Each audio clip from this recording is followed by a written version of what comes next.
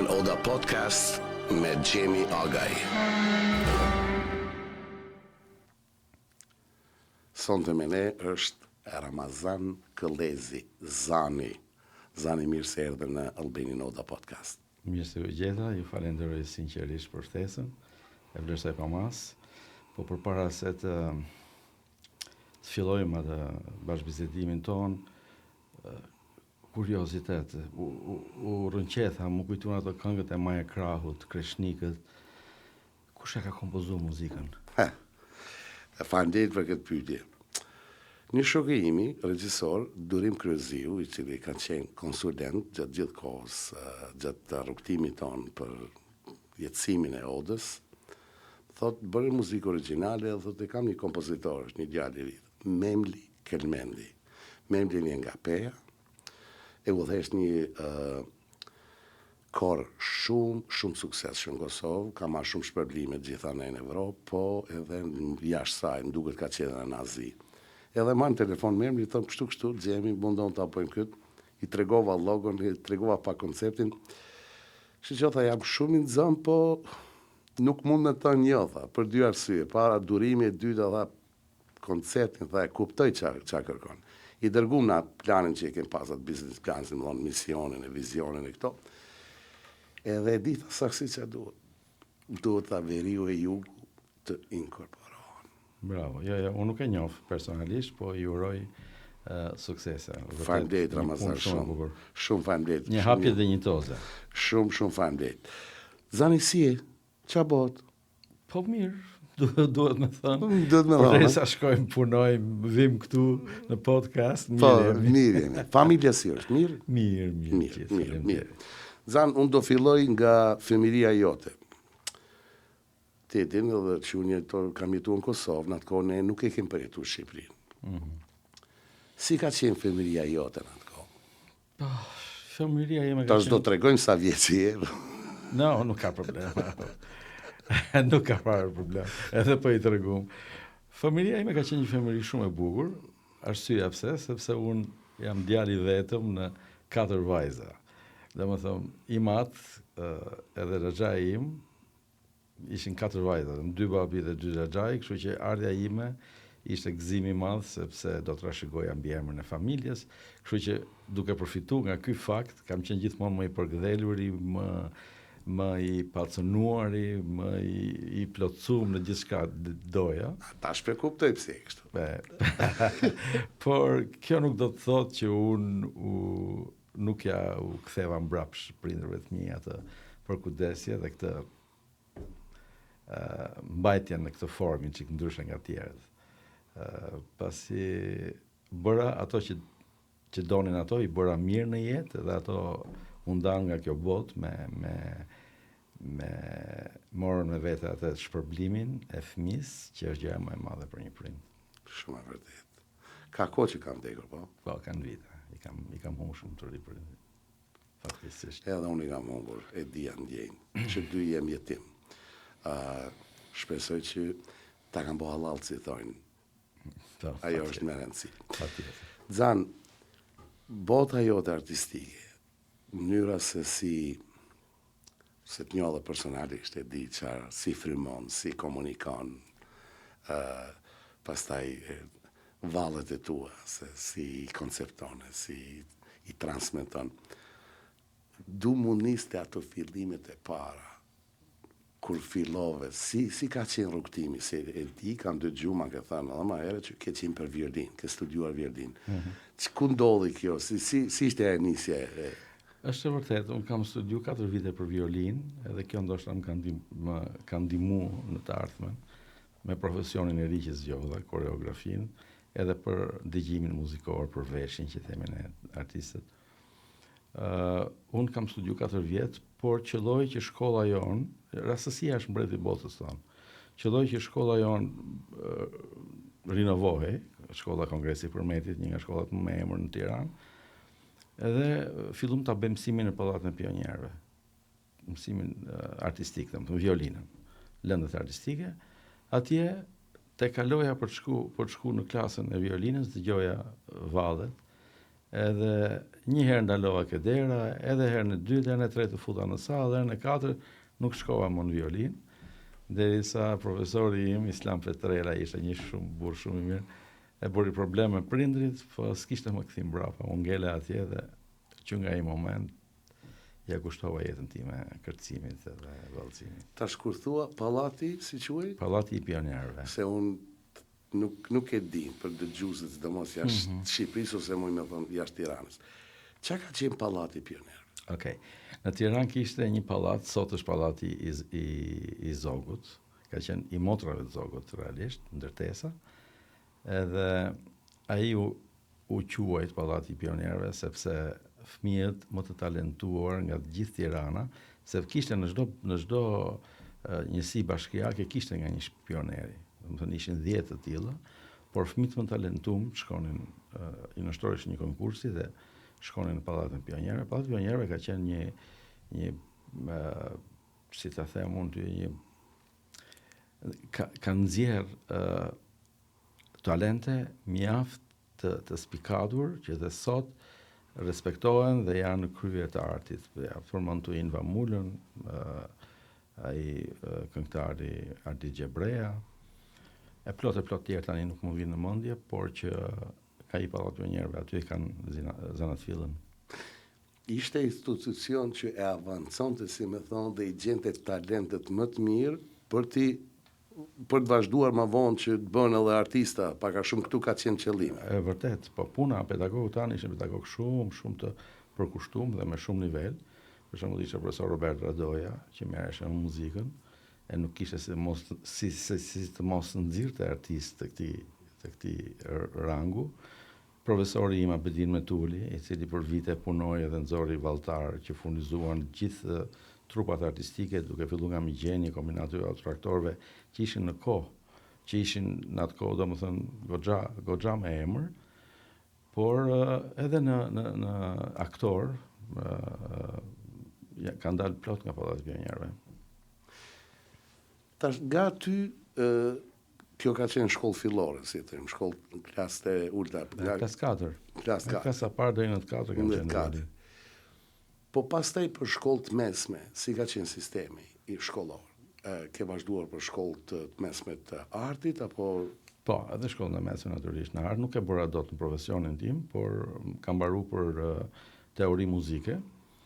Ajo më ndihmoi shumë, me thënë të vërtetën, sepse mora njohuri nga instrumentat popullor, piano, fizharmonika, por mbi gjitha solfezhin, harmonia që do më ndihmonin shumë në të ardhmen, ndërsa fakultetin pastaj ai kam vazhdu për koreografi, Akademinë e Arteve të Bukura, cilin e mbarova me rezultate goxha të larta, 9.7. Aty ka qenë një profesor, ma ke thënë, ka qenë me përjardhje nga Kosova. E vërtet. Qa mundesh më thonë? Qa të them, profesor, doktor profesor Skënder Selimi, ishte një nga pedagogët që vinte nga Gjakova, edhe studioi në Bashkimin Sovjetik, i vetmi që mbaroi bashkë me Panajot Kanaçin që mbaruan për koreografi. Se gjithë të tjerët ishin thjesht mbaruan shkollën për balet. Ai ishte një njeri i rrallë, më ka lënë mbresa të jashtëzakonshme. Na trajtonte si fëmijët e tij, jo si studentët. Shpirt artisti, domethënë. Shpirt artisti, ishte një familjar i mrekullueshëm që, domethënë, unë e rri si shembull, e kam si shembullin tim. Por mbi të gjitha, ai ishte artist i lindur. Artist në kuptimin e vërtetë të fjalës, vuri në skenë me 10 vepra të artit të baletit, krijoi gjithashtu një kërcim që askush nuk e ka bërë deri më sot, një kërcim të gjenisë së lehtë që e titulloi kërcimi Alba. Për atë kërcim pastaj pati fatin e keq që të largohej nga Tirana. Do më unë të shkuar nga sistemi ke fjalë. Natyrisht. Këto vitet 70-ta, kur ka qenë revolucioni kulturor. Ndoshta në ato vite, por ishte humbje e madhe për koreografinë shqiptare. Megjithatë, ai me atë ngritje të madhe që kishte, nuk edhe atje ku shkoi në Marsinë e Madhe, bëri studime të jashtëzakonshme të folklorit shqiptar që na ka lënë një thesar të çmuar për ne brezat e rinj. Du të ndaj edhe unë, zani me ty, kam studiuar muzikë nga pas fat, shkollën e ullt të mesme dhe një vit fakultet kam qenë për klarinet. Kam pas një profesor Qazim Babaj. Ishte klarinetist edhe ishte më i miri në atë kohë në Jugosllavi, studonte në Beograd. Edhe u kthye në Kosovë dhe është punësuar në radio televizionin e Kosovës, po jepte mësime në shkolla fillore. Pa çfarë njeriu ka qenë, çfarë bote, çfarë arti, çfarë shpirti të madh. Gjatë pauzave bënte improvizime jazz. Do të thotë, unë e falenderoj për formësimin tim artistik. Ku di unë që është jazz, që është muzika klasike. Po ishte i butë, ishte ta kuptonte edhe momentin kur si ishte mirë. Ndonjë që ishte i lodhur që ulu këtu edhe bënte pyetje këtu. Thekë, "Je gati tash." Pas një bisede, të inspironte domthonë shumë i dashur, edhe vdiq shumë i ri. Fatkeqësisht pat një aksident automobilistik edhe iku i ri edhe nuk e harroj kur. Është një ndër influencat në bazë babait tim, që njeri i dy që më ka influencuar atë shumë, edhe kisha me thonë personi i tretë është profesori i aktrimit Enver Petroci, i cili është ende gjallë. Po e kuptoj këtë lidhje, është shumë e rëndësi profesorit ta jep atë ndjesinë e mirë që të inspiroj, të tregoj më të mirën se duhet me qenë kështu selfless. Je me fat me thonë drejtën.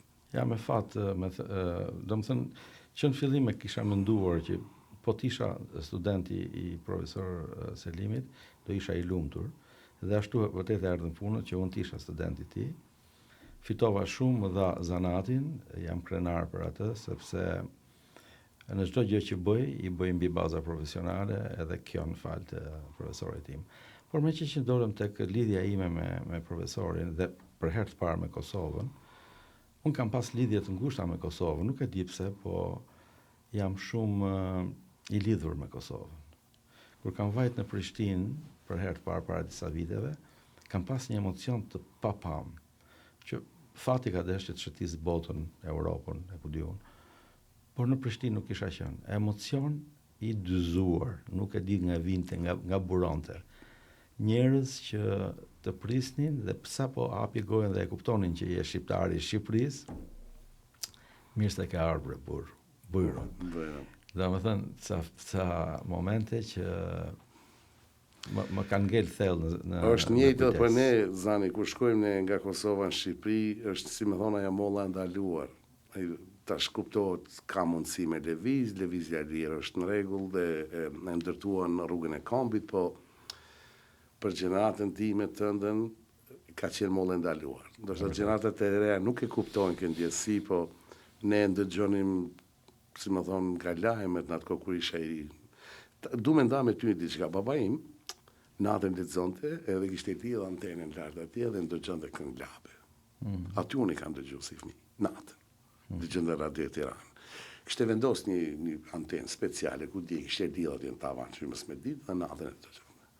E rrinte lexonte, e ato kanë klabe, unë aty kam ka para inspirimi që sot a ditë kur e ndëgjoj më kthente askena nga ishta dhoma këtu dera hapur. Polifonia labe është një, nuk bëhet më dy, është mrekullueshme. E mrekullueshme.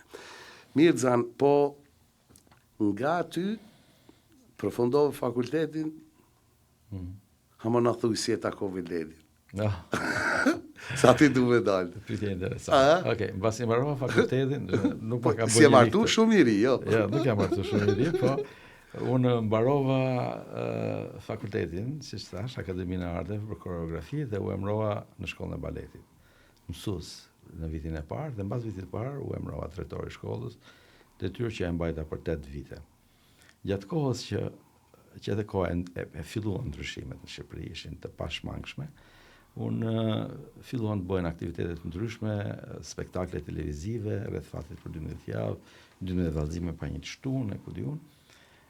Dhe unë isha në njërën për këtyre aktiviteteve, ishin e shtuna gazmore e një qyteti. Bëheshe në estradën e Tiranës dhe unë isha koreograf i spektaklit, por kishim një rubrik kur çoheshin çifte të ndryshme nga salla, kërcenin, dhe unë si koreograf duhet i jepsha çmimin njërit për çifteve, që në atë kohë merrnin diçka që kishte vlerë. Tani ndoshta s'kan shumë vlerë, pra në atë kohë kishte vlerë.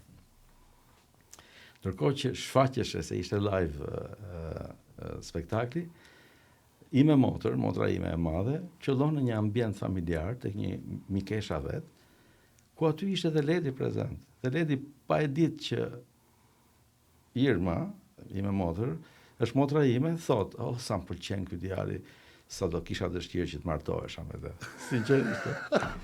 I thot motrës tonë, Irmes. Jo, ajo e thot kështu. E thot kështu, po Irma e ka. Po Irma e ka, dhe shikon atë shoqen e vet kështu, dhe vjen në shtëpi dhe thot që kam qenë kështu thot kur ti dole atje dhe më boni përshtypja e goza se e tha me aq shumë dëshirë këtë sa që e thashun, po tash kështu di se sa e thon ashtu, i thash po fati e solli që mbas 1-2 javësh ne u takuam, nuk e di rastësisht, dhe Irma më thonte, kjo është ajo goca që të ka thonë kështu për ty.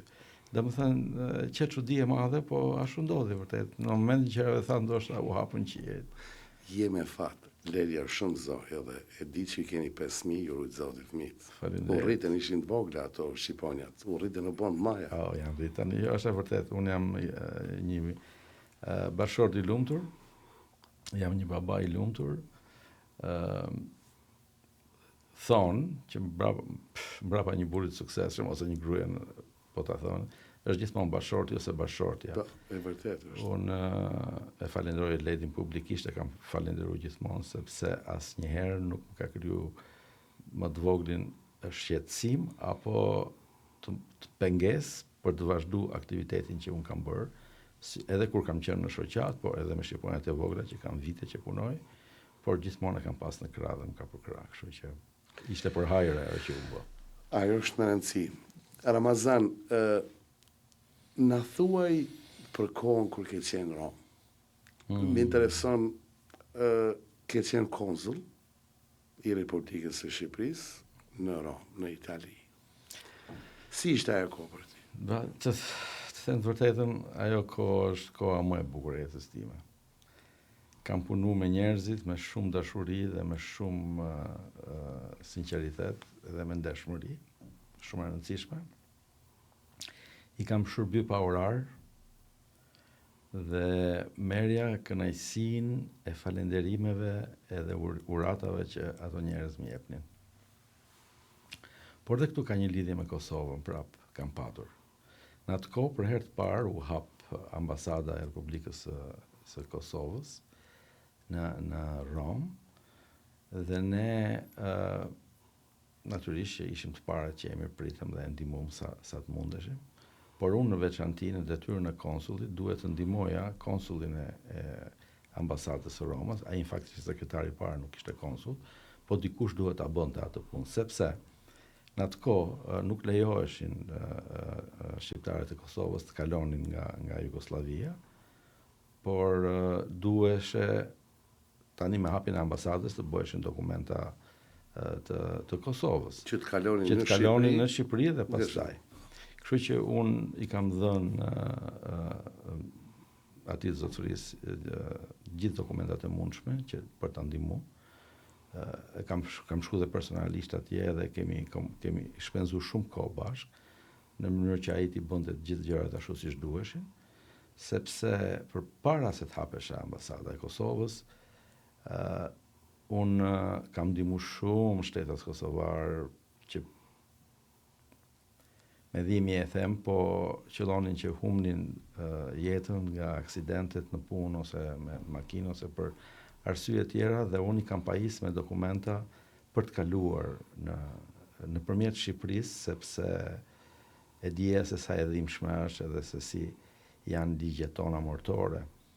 Kështu që e kam bërë, edhe pse nuk ishte e ligjshme, por unë e kam bërë sepse në fundit po ndihmoja popullin tim, shqiptarët e mi, edhe pse e di ma ke thënë ke punu me shumë përkushtim. Me shumë përkushtim, ndeshmëri.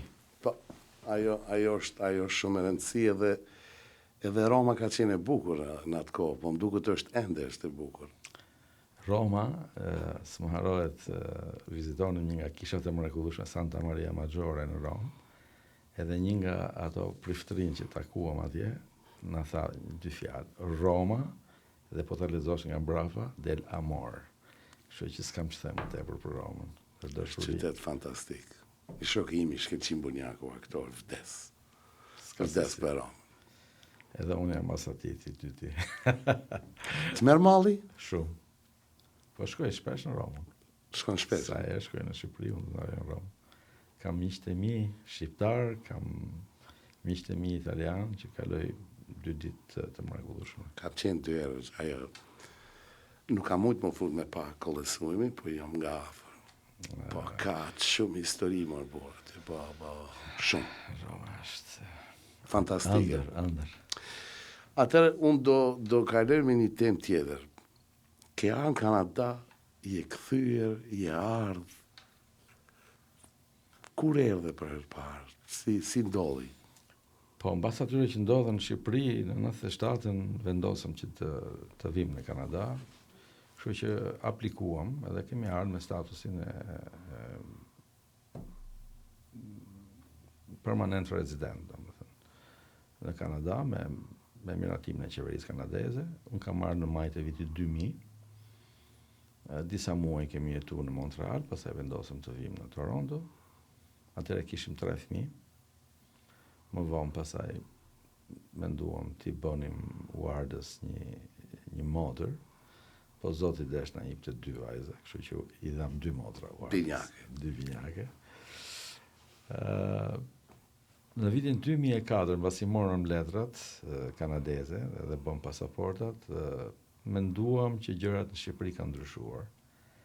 Dhe me këtë dëshirë dhe dashuri për vendin, u kthyem në Shqipëri. Po kur shkuam atje e pam që kishim bërë gabim, u zhgënjëm. Asgjë nuk kishte ndryshuar. Fati desh pastaj që unë të emrohem në Rom, edhe mbas 3 viteve, pra në vitin 2007, ne vajtëm në Itali të gjithë, familjarisht, dhe në vitin 2010, mbasi e mbarova detyrën, vendosëm të rikthehemi përsëri në Kanada, kështu që nga Roma erdhëm direkt këtu në Toronto, dhe që atëherë s'kemi lëviz më. Këtu Jemi këtu. Po do kthehemi në Shqipëri ndonjëherë? Vështirë tani, se Vështirë. fëmijët janë dhe bukur. Mirë. Unë në leti ndoshta edhe po. E bëjmë 6 muaj atje, 6 muaj këtu. Unë mendoj kështu do ndodh me shumë ata që janë në diasporë.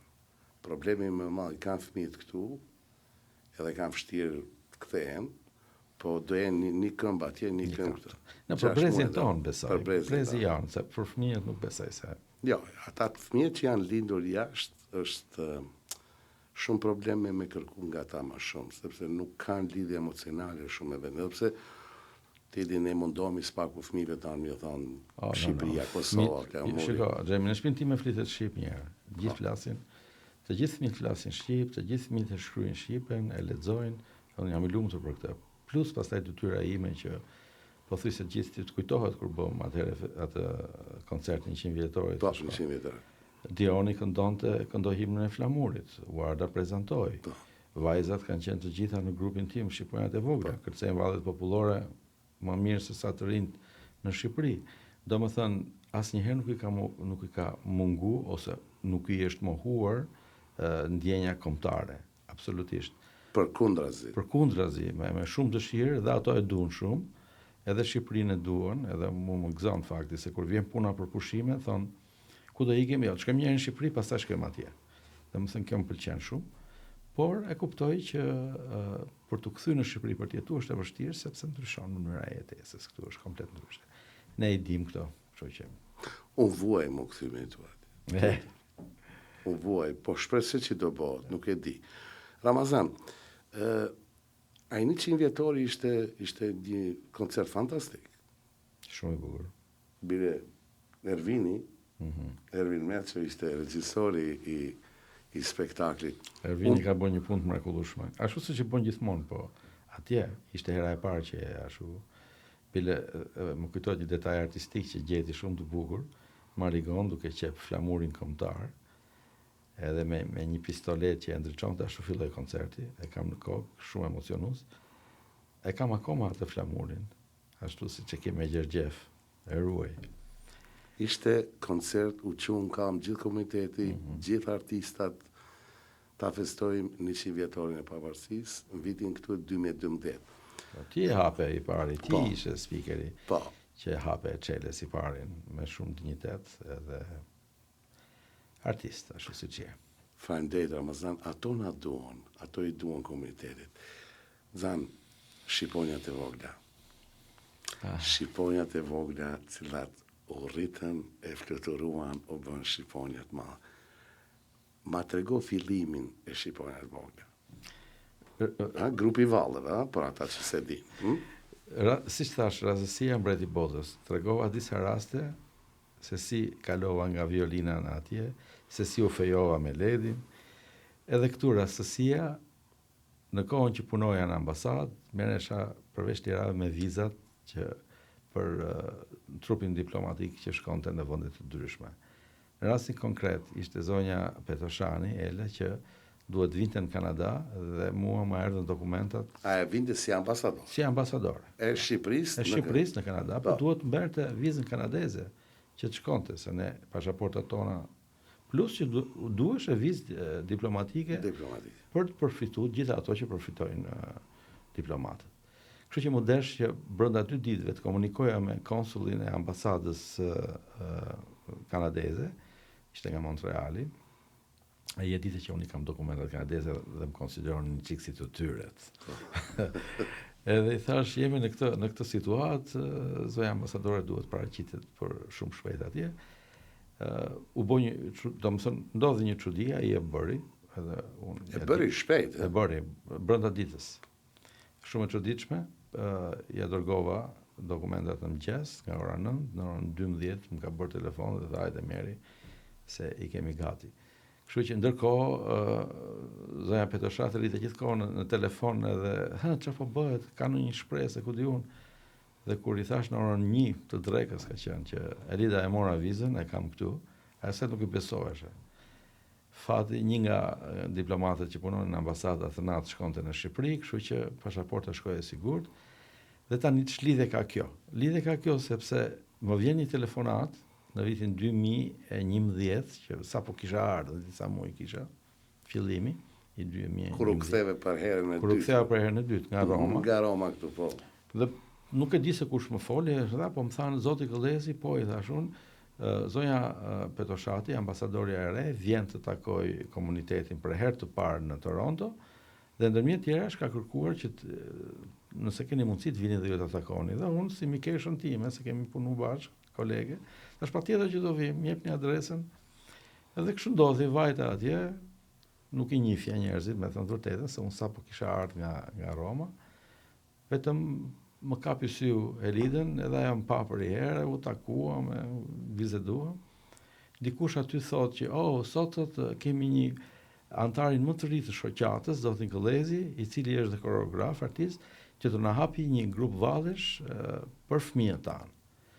Dhe unë pa e mendu gjatë historinë, thash, po pse jo, patjetër që do ta hapim. Kështu ka filluar historia e shqiponjave të vogla. Po, dhe mbas 2 javësh u gjet një sallë edhe filluan provat. Kujtohet për herë të parë kemi bërë një valle me motive arbëreshe, se ato gocat ishin shumë, domethënë, 3. të vockla, ishin të nuk e njihnin, kishin dëshirën e madhe për të kërcyer. Ndërmjet atyre dhe 2 binjaket e mia që sot janë bërë zonjushë. Kështu që ajo që më dha shpresë për ta vazhduar këtë ishte sepse në darkën e festën e nëntorit të Shtërimit Kombëtar, që zhvillonte në atë kohë shoqata, u prit shumë mirë vallja. Njerëzit u ngretën këmbë, duar trokitën. Megjithëse ato fëmijë leshin shumë për dëshiruar në aspektin tim, po pavarësisht nga ajo bëri efekt. Ky ishte viti 2011. Kështu që unë aty kam qenë. Po. Pa më kujtohet. Edhe një fjalim kanë thonë me dalë me mbajt, dola unë aty si më thonë aktori i komunitetit, një përshëndetje, po më kujtohet. Ajo ka qenë bori shumë përshtypje, njerëzit domethënë u çun kam duke bërë foto e kodiun, edhe thash po pse ky komunitet ka nevojë të ketë një klub Ka qenë shumë inspiruese kur i sheh gocat e vogla, qikat e vogla me veshje kombëtare. Edhe mos harro se komuniteti ka qenë më ndryshe në atë kohë. Tash në vitin 2025, gjëra kanë lëvizur shumë, po në atë kohë ka qenë pak sensacionale kur e ke pas. Ishte shumë inspiruese, u inspiruan në salla gjithë. Jo, edhe unë u preka në fakt, edhe ka qenë Irini Qejako atë natë e ftuar. Po. Ka qenë dhe Lili Cingu, sepse kam një foto. Kujtojmë dhe Lilin. Në Lilin, po. Lili pastaj nuk ju nda grupit vallëve. Sa herë që vinte për punë të saj këtu në Kanada, të ndalonte gjithmonë të vinte aty ku bëja unë prova. Edhe bashk, po edhe Lili edhe lidhja me Lilin ka të bëjë me Kosovën, sepse edhe Lili, njërin për prindërve e ka nga Gjakova. Wow. Ramazan, na flet pak për Lili Cingun. Sepse unë e kam një orë këtu, e kam dëgju si emër, që shirin vitet 90, sepse vallet i kam dashur dhe unë, po, kush ka qenë Lili Cingu? Lili Cingu ka qenë ajo që nuk përsëritet më. Një artiste e lindur që kërceu me madhështi të gjitha karakteret dhe krahinat e Shqipërisë, duke filluar nga Kosova e deri në Çamëri. Interpretimi i Lili Cingut është vlerësuar, një interpretim brillant, duart e saj në kërcim janë të pazëvendësueshme dhe kam qenë prezent në një nga provat që bënte ansambli shtetëror, kur i madhi maestro Kanaçi, mbas një interpretimi të një motivi të një valle, që nuk më kujtohet çfarë ishte me thënë vërtetën, po vetëm ndaloi dhe tha, moj çup, tha, ty edhe floku të kërcen. Domethënë, nuk kam shtem më tepër. Është ka pas fatin me njoft këtu. Shumë e dashur. Jo vetëm jo vetëm si njeri ishte, absolutisht ishte e mrekullueshme, por nuk ka artistët në përgjithësi nuk janë shkojnë bashkë ato. Arti me mirësinë. Me mirësinë, po. Ashtu ishte e mrekullueshme, por artiste e rrallës dhe fitoi me mund dhe me djers atë vlerësimin mbretëresha e kërcimit popullor shqiptar. Edhe ka qenë. Kur e kam pa unë për herë të parë ato live, e kam pa duket këngën e Çao More Reggio. Si ka unë e profesore dhe floku i kërcen, ato e divizja durve. Ne i kim pa videot me herët, me kush ka qenë valltari Çeliku, si ka Ja, Çeliku. Recep Çeliku. Recep Çeliku. Edhe një mbë herët sa i ka qenë. Më para ka qenë Zekthi? Besim Zekthi. Ai ka qenë kryesori, se pastaj Recep Çeliku e zëvendësoi. E zëvendësoi. Po me Besim Zekthin kanë qenë një. Po të tregoj edhe një gjë tjetër. Nëse kujtohet, ne kemi bërë ja 2-3 aktivitete në Air Canada Center në atë kohë. Po. Dhe në herën e fundit ose të tretën që vendosëm të dalim në atë skenë madhështore, po ta quajmë atje. Ishte lojë basketbolli. Po. Para se me fillu. Në mjet pjesës parë të dytë. Po. Atje, me qenë që u bë në ditën me datë 28 nëntor, ditën e çlirimit të Shqipërisë,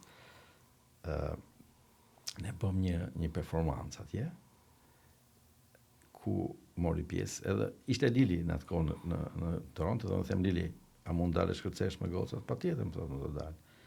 Edhe bile, nga që nuk kishte kostum popullor, se si ishte përgatit për atë punë, mori një kostum të kuq, një fustan të kuq, dhe i qëndisi shqiponjën, thetë, me do unë e kam si relikat e ruaj në shtëpi, e qëndisi shumë bukur dhe kërceu bashkë me shqiponjat e vogla, po që një mrekulli. Gjithë e kemi parë, kam qenë aty, po. Një mrekulli, një emocioni, pa 20 ishte gjene krenaris. Ishte salla plot njerëz. Plot, dhe shumica shqiptarë. Vesh me bluzë, me shqiponj, me flamuj, ka qenë një natë e paharrume. Me i kësamnoj, si për tazi të bënë ca zhuru. Po, ka qenë një mrekulli e madhe. Lili, na mungon. Shumë. Shpresoj që atje ku është mirë, edhe ne kujtojmë me mall, artiste e madhe, po na ikin artistat e mëdhej. Po shqiponjat e vogla tash u shëndrua në shoqat, në ojë që si është mohabet. Tani ti do të them gjithë gjërat unë këtu? Po të lutem, Ramazan. Okej, po, shqiptarët e vogla, mbas një aktiviteti kaq vjeçar, 14 vite, kanë arrit një stad tani që nuk mund të them dot profesioniste, po aty afër. Mënyra se si kërcejnë, mënyra se si e interpretojnë motivin, mënyra Veshjet, prezenca, gjitha. Natyrisht. Unë kam fatin të kem njëra prej nënave, nëna e njërës prej valltareve, po janë dhe ca gratë të tjera, ca zonja tjera që i ndihmojnë. Eva Hoxha, ajo më ka qep disa kostume popullore, dhe unë jam shumë mirënjohës, me aq dashuri edhe për kushtim. Shqipoja vendosëm që pse duhet ta lenim vetëm domethënë si një grup vallesh, kur aktiviteti jonë është shumë i madh brenda dhe jashtë Kanadas. Shqiptarët e vogla kanë performuar në Halifax, në Montreal, në Toronto, edhe në Detroit, Florida, në New York, Florida. Ne kemi shku dhe në Turqi në një festival international që u zhvillua atje dhe morëm medaljen e festivalit. Domethënë një grup që premton, aq më tepër tani që janë edhe djemë edhe vajza, se filloi vetëm me vajza fillimisht, po tani tash janë edhe djemë. Edhe djemë. Sa janë djemë, sa janë vajza? Po 6 dhe 6 janë djemë çiftet kryesore. Po vajza ka më shumë natyrisht, kuptoj. Po këto janë çiftet kryesore. Edhe vendosëm që ti drejtohemi governmentit për ta njohur se si më të regjistrohet zyrtari, si ojë që organizat jo qeveritare. Bravo, ashtu. Po. Edhe përfundimisht e kemi regjistruar Albanian Cultural Association Shqipojat e vogla, ka disa muaj që kemi bërë dhe atë vullën tonë edhe logon e shoqatës. Edhe natyrisht në kuadër të kësaj mund të aktivizojmë, mund të bëjmë dhe aktivitete të tjera, siç është fjala për shembull Sofra Tirancën, nëse e keni dëgjuar. Po kam dëgjuar Ramazan edhe e kam ndaluar ata që janë nga Tirana. Unë nuk jam ftuar, ta dini publikisht, më vjen keq, po unë e pres atë stesën, edhe pse jam tiranc me o. Okej, ajo më pëlqeu ajo. Një shoku im që është nga Korça me origjinë thotë, na duhet vizë ne të vemi në Tiranë te Sofra. Jo, nuk është ashtu. Sofra Tirancë lindi, ishte një ide që lindi bazuar në ato aftësitë ose mundësitë që ka qyteti jonë si në art edhe në gastronomi. Ushqimet e Tiranës pëlqehen edhe nga gjithë Shqipëria, e tava dhe qoftet e Tiranës, e kupton? Por jo vetëm kaq, po edhe vallet, këngët e Tiranës ka shumë bukura. Domethënë nuk ka njëri, unë kam pa edhe ato nga jugu Shqipërisë që kërcejnë Napoleonin, bie fjala, e kupton? Kështu që bashkë me një mikeshën time, Rudina Lugën, menduam që ta fillonim këtë. Edhe të mbanim gjallë artin, kulturën, traditën e qytetit tonë, për cilën jemi krenar natyrisht. Kështu që kështu filloi, edhe zakonisht unë e bëj me ftesa personale, nuk e publikoj. Jo se nuk dua, por nuk dua ta kaloj atë numër. Për atë arsye nuk kam qenë aty. No, qëllimi, do jesh. Qëllimi është dremi që jo të mbledhim njerëz sa më shumë, nuk ka qëllim përfitimi. Qëllimi kryesor dhe i vetëm është të ruajmë traditën e qytetit tonë. Prandaj edhe është e kufizuar. Asnjëherë nuk kam mbledh më shumë. Në moment që bëhen 300 veta, aty ndalon gjithçka. Po është normale, çdo qytet ka drejtën e mundësinë mbledhë të ruajë traditën, sepse ajo që e bën Tiranën interesante është e Tiranës. Ajo që e bën interesante Vlorën është e Vlorës. Ajo që e bën Gjakovën interesante është apo e Prishtinës. Kjo është shumë e bukur, po unë të kam gacmu gjithmonë që hamë tash, Tiranca du të marrë aty apo? Edhe Rudinës si kam thonë, po u shpresoj që s'paku të vi njerë kështu si për kuriozitet me pas. Se kur bota i Napoleoni, ju Tirancit e djegin komplet. O Zan, po tash, çfarë plani ka për shqiponjat e vogla, përveç që e ke regjistruar si OJQ, ju mbani ushtrime gjithmonë, po? Po, natyrisht, ne fillojmë, ja tani, në javën e 2 të shtatorit I fillojmë provat. Edhe vazhdojmë deri në qershor të vitit tjetër. Po, nëse do një vajzë me ardhi dikush, ti do ta bësh një lloj audicioni nëse ka nevojë me arrit me marrë dikën. Duhet ta ketë ato në nivel tash se këto shumë vjet u bon që kanë luajtur mes vetë këto vallet edhe. Natyrisht, po un kam 2 grupe, Xhemi. Kam një grup, grupin e madh, po ta quajmë këtë, grupin që janë këto 6 çiftet me djemë e vajza dhe grupin e vogël, që janë fillestarët që unë I përgatis me vite edhe në momentin që dikush nga grupi I madh për arsye të largohen, se rriten, shikojmë puna e ku diu. Atëherë unë zëvendësoj me brezin e ri. Pra gjithmonë kam punuar në këtë sistemin zinxhir. Zinxhir që të kesh gjithmonë sepse dhe unë nxjerr një njoftim, jam shumë të bujshëm se ato që duan I shikojnë vajzat edhe vinë. Shumica atyre që kanë ardhur pa njoftime. Po unë e bëj një njoftim për të qenë në rregull me veten time që shqiponjat e vogla fillojnë aktivitetin, kush ka dëshirë të vi, shumë pritë. Ramazan, duhet të një temë angazhimi në shoqat. Se dha aty ishim bashkë. Po, kemi qenë. Pa. Ka qenë vitet bukura ato. Vitet bukura. Vitin 2013, unë u angazhova, edhe atë vit je futur në duket, edhe ti ke qenë pjesë aty. Apo ke qenë më herët? Futur në vitin 12-ën, mos gaboja. 12-ën. Në atë kohë unë isha nën kryetar, unë isha zëdhën. Zëdhënsi, pastaj unë kalova, u bëre ti, kryetar, ishte një vazhdimsi. Si ishte angazhimi jonë shoqat? Imi? Po, si eshe? Angazhimi im ka qenë shumë I ndershëm në shoqat, vetëm asnjë qëllim për veten time, për të marrë spaleta.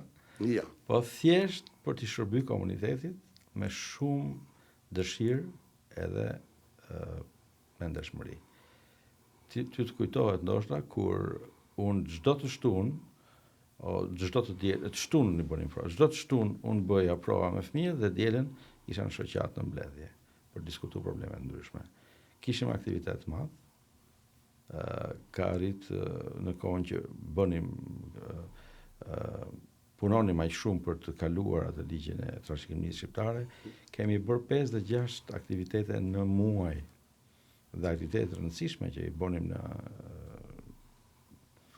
me deputetët e Ontarios. Unë kisha thënë këtu që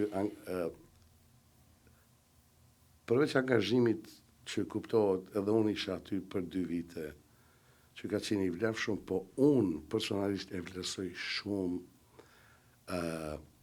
angazhimit tonë si koreograf me shqiponjat e vogla. Pra po kthehem aty se ajo I dha shoqatës një rëndësi më të madhe, I dha një inspirim, I dha një se kur erdhën fëmijët erdhën e prindrit e tyre. Domthonë u kriju një gjallëri më e madhe, ishte një ndjenjë krenarisë më e madhe, u kriju një sensibilizim. Për mua ajo ka qenë një kontribut I pazaventshëm, fantastik. Unë të falenderoj që e thua këtë, sepse kjo s'është thënë asnjëherë.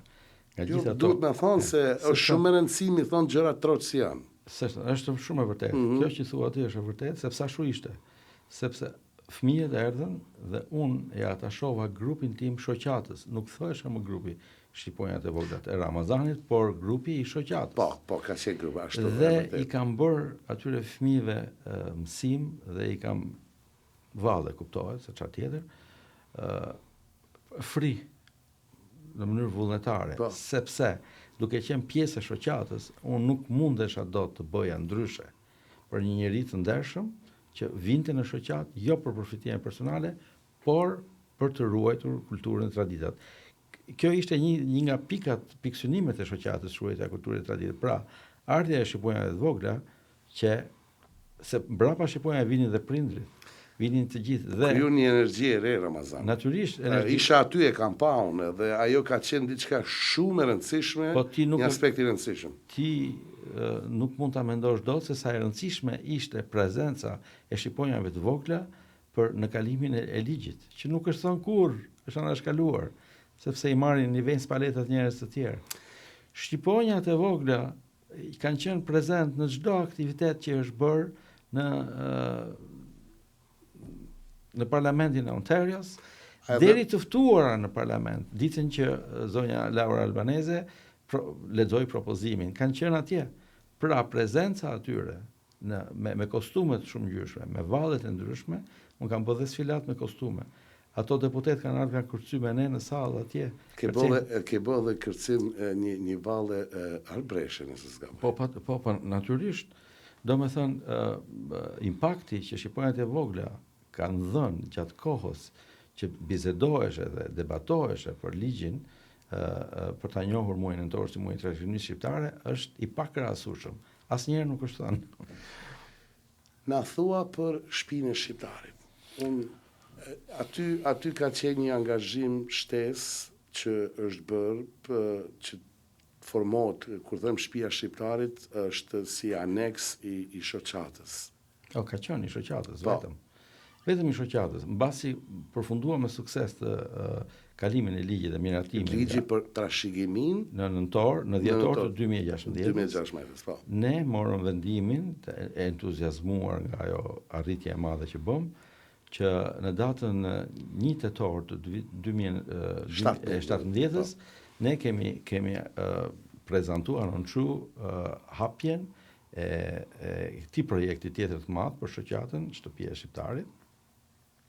Ku qëllimi është që shqiptarët të kenë një objektin e tyre për shumë arsye. Për shumë arsye, po. Të ketë një bibliotekë, të ketë një vend për të në atë kohë paktën nuk e di tani sepse unë që në atë kohë u hoqa edhe nuk kam asnjë informacion as thirrje as bëhe. Sa e kanë marrë të tjerë. Unë jam antar i shoqatës tash Ramazan. Urime, gëzohem shumë, e pash atë. Po, jam angazhuar tash, po mundohemi që spaku edhe i kam thënë për punën e podcastit që të sensibilizohet komuniteti jonë që të punohet në drejtim, jo vetëm në shoqat, por projekti i shtëpisë shqiptare. Që është një projekt shumë madhor, edhe kërkon shumë angazhim, kërkon shumë mund, kërkon njerëz që kanë edhe investime, kanë edhe lekë dhe biznesmen që dhe të pandemi. Shiko, Xhemi, unë kujtohet që ne e filluam shumë mirë, mblodhëm goxha njerëz, dashamirës, të cilët duhet ishin informuar në gjithë këto vite se çfarë ndodh me shtëpinë e shqiptarit, po asnjëri nuk e bëri, të cilët kontribuan edhe e filluan mbar. Po të kishte vazhduar ashtu siç filloi, sot do të kishin ndoshta. Po unë mendoj që edhe kjo puna kur ndodhi Covid i paralizoi shumë gjërat, si më thonë, se unë ndaj kështu komitetin, ta them këtë. Komuniteti jonë deri vitin 2019 e kishte një si më thonë, një angazhim, kur them komunitet, thamë edhe shoqata aty, si pjesë e komunitetit. Por mbasi që ra Covid-19 në vitin 2020, e mbyllja, sigur se mbas saj filloi të shpërthej komuniteti. Ka shumë OJC tjera tash, është ACE, janë shoqata avokatëve, është ajo Alternative Development që udhëheq Rudin Dakli, ka dhe shoqata tjera që janë formuar, kështu që gjithë kjo lëvizje, kjo energji, pastaj është Albanian Youth Movement që bën ata një konferencë shumë të madhe. Janë copzat më dha, unë si e shoh, kjo është mendimi, janë copzat më që gradualisht duhet vinë këtu diku me një pikë, që të bashkohet bëhet një trung i madh dhe, si më thonë, të kaloj në fazën e dytë. Unë shpresoj dhe besoj që edhe kontributin tim që do jap, jo vetëm si antar i shoqatës, po edhe me podcast që të afrohen njerëz, sepse kanë nevojë të afrohen. E dikush duhet të afrohen, Xhemi, duhet të afrohen njerëz të rinj. Të rinj, bravo. Nuk mbahet shtëpia me pleqje, me plaga. Shtëpia do djem të ri, t'i vend shpatullat. Kështu që unë i bëj thirrje atyre që vazhdojnë akoma dhe mendojnë se mund t'japin, të ulen atje, t'ja lejnë stafetën brezit të ri, se pra të brez po punojmë. Është si në shtëpi, është si në shtëpi. Punon që jetën, vjen një moment që skema. Janë çunat ato që e marrin dorë. Kështu është dhe shoqata. Kështu që talerojnë se po e mbysin, t'i japin ajër, të fusin njerëz të ri që e duan atë dheun, që e duan shoqatën, sepse shoqata shqiptare kanadeze është më e vjetra, ka plot të tjera. Kjo shoqatë duhet ti mbledhi gjithë, të bëj punën, ti mbledhi të gjithë në një trung, rreth një trungu, edhe të gjithë bashkë pastaj të bëhemi të suksesshëm. Se ajo shtëpia shqiptare s'është vetëm për shoqatën e bashkisë, është edhe për ju, edhe për gjithë shqiptarët. Kështu që ne jemi munduar që mos kem ndasi. Kuptohet se historia jonë e dim se është tragjike, ndarja jonë, Kosova në veti, shqiptarët e Maqedonisë, shqiptarë nga Çameria, nga Malizi, Arbreshet, janë ato dallimet që kanë ndodhur, kem pas fatin tragjik në historinë tonë, po të mbledhemi për traditën, pa e komplikuar shumë. Tradita jonë, gjuha jonë, kjo si është, tash kem dallime gjuhësore, ja mund thonë ti mundosh me ndru gjuhën, me folja ashtu. No, gjuha jonë është greknishtja. Mirë, bazamenti, e kuptoj, po si gjuhë të mbledhim rreth gjërave që na bashkojnë. Kjo është ajo. Ai na bashkon të gjithëve. Unë jam krenar me thënë vërtetën Xhem, sepse në gjatë kohës që e drejtova, solla një frymë të re, krijova atë ansambël që të rinjt në Shqiponjat e vogla, që i dhanë shumë emër shoqatës edhe në çdo aktivitet ishin të pranishme. Gjatë kohës që unë e drejtova atë shoqat, kaloi një ligj shumë i madh i trashëgimisë shqiptare, që ishte era e parë që ndodhte edhe që një gjë e madhe, dhe pata unë fatin të anuncoja shtëpinë e shqiptarit si një projekt të ri, po fatkeqësisht 7 vite të humbura, Covidi e di unë i ndërpreu të gjitha. Unë mendoj se është një ndër arsye. Kuptohet se po prap unë mendoj që ai mesazhi që thotë që të vinë të rit, tash shtrohet pyetje, unë jam futur, jam më i vjetër aty tash, po angazhimi im unë e shoh si më thon nga ana artistike, se unë aty ku jam i mirë, ku më kontribuoj, aty do kontribuoj. Po unë po shpresoj që ky mesazh jetë që ta afrohen sa më shumë të ri e të re. Sepse kanë ide më ndryshe bile me Ervinin ishim duke pa kompjuter, ishim ca probleme, na ndihmoi një çun, du ta përmend se ishte fantastik. Brian Bakiu, kishte ka 6 vjet nga Tirana, na ndihmoi. Edhe kur ndalesh me mendu se ku ka ecë teknologjia, ku të rit tanë kanë ecur atë shumë, kem shumë avokat shqiptar këtu. Kem mjek, kem dentist. Është për më janë shkolluar Xhem. Po. Është brez tjetër, po është brez tjetër, mendsi tjetër. Mendsi tjetër, pastaj janë me arritjet e reja që ka arrit, janë të talentuar, shqiptarët nga natyra janë talentuar. Kudo që punojnë, janë të parë o s'ka, e ndjene si detyrim. Si detyrim. Avokat, inxhinier, doktor, stilist, arkitekt, të mrekullueshëm, t'ja lejnë këtyre të rinjve t'i ftojnë, që të vinë t'japin kontributin e vet. Mendoj unë tash. Edhe unë ky mendimin e ndaj. Ramazan, po ardhmeria jote këtu në Kanada, puna këtu, na i lëvizje Shqipëri ta për pushime, po. Shqipërinë, unë kam timen, 2-3 herë në vit shkoj, nuk ridot. Edhe ndalesh në Rom gjithsesi. Ndalem në Rom. Aty e kam pikën e daljes. Me pi një ekspres, a? Mirë, Ramazan, falenderoj shumë respekt, u knaqa, dhe shpresoj që ato shqiponjat e vogla, ti kem prezent në Grand Opening, në gala që po bëjmë në muajin shtator. Unë të falenderoj publikisht për ofertën që tha, po patë nevojë, aty na ke, edhe ne tam po, kështu që je shumë i nderuar. Falenderimi është shkon për juve, për ty edhe për Ervinin, falenderoj që më ftuat. Kemi folë shumë qiltër sot, nuk e di, harruam për një moment që jemi këtu në para kamerave. Aty është ideja. Por natyrisht shqiponjat e vogla do vinë atje, sepse kemi të bëjmë me Albanian Oda.